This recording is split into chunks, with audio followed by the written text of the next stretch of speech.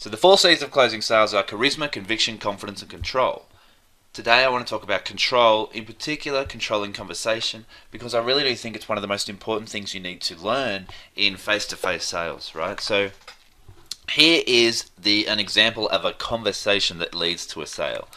As you can see, we start here with, hey, we introduce ourselves, we finish here with a sale, and along the way you've got all these little things you need to cover and little checkpoints when you know you've covered them. Now I've just put in little reasons here like finding a logical need, finding emotional need, trial closes, objections, and then closes. You would have your own. This is all really script specific, although these are pretty standard things you would probably have. So this is basically your script, the black line along the middle. And what happens is, once you introduce yourself, you're going to sway off a little bit when they talk about what they want to talk about. Okay, this is like the spotlight technique, which you'll find in another video I've made about the spotlight technique. So at the beginning, maybe we walk in and she starts talking about her cat, and we let her go for a while, because the more they talk about their life, the happier they are, but the less we're getting done. And it's important to let them talk about what they want to talk about, but only up to a certain point. I see this happen all the time. You go in there and maybe someone says, oh, you know, you're in the pitch and you talk about maybe a state or a place in the world. And they say, you know, I've been there. I've been to, maybe we mentioned Venice. I've been to Venice. Do you like Venice? And now we're suddenly obsessed with Venice and we're talking about Venice, when in reality, you're not building rapport by doing that. You think by having this common ground, you're actually building rapport, and you're not. So what happens is, once you hit this point, and this is an imaginary boundary we've made, which is how far off the script you can actually go.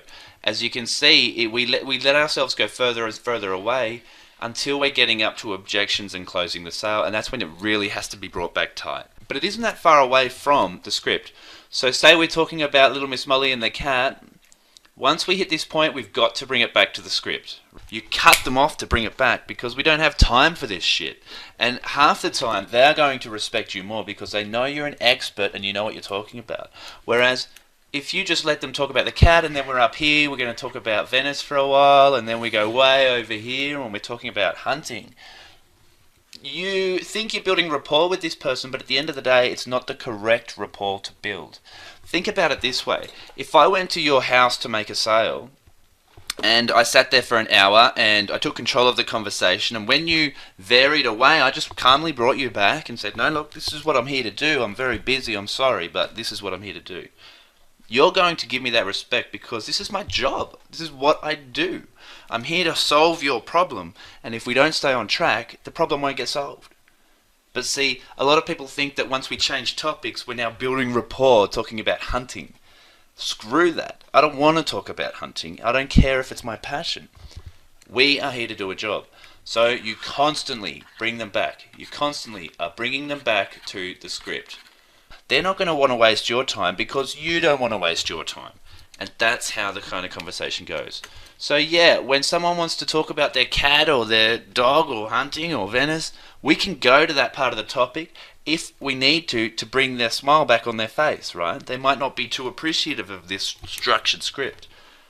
But you have to constantly judge the energy levels of them. As soon as they're happy again, we bring them back. Bring them back to the script. Now, the better salesperson you are, the further away from the script you can get. You can go right up here, or you can go way off here. To bring it back to the black line takes more and more skill the further away you get from the black line.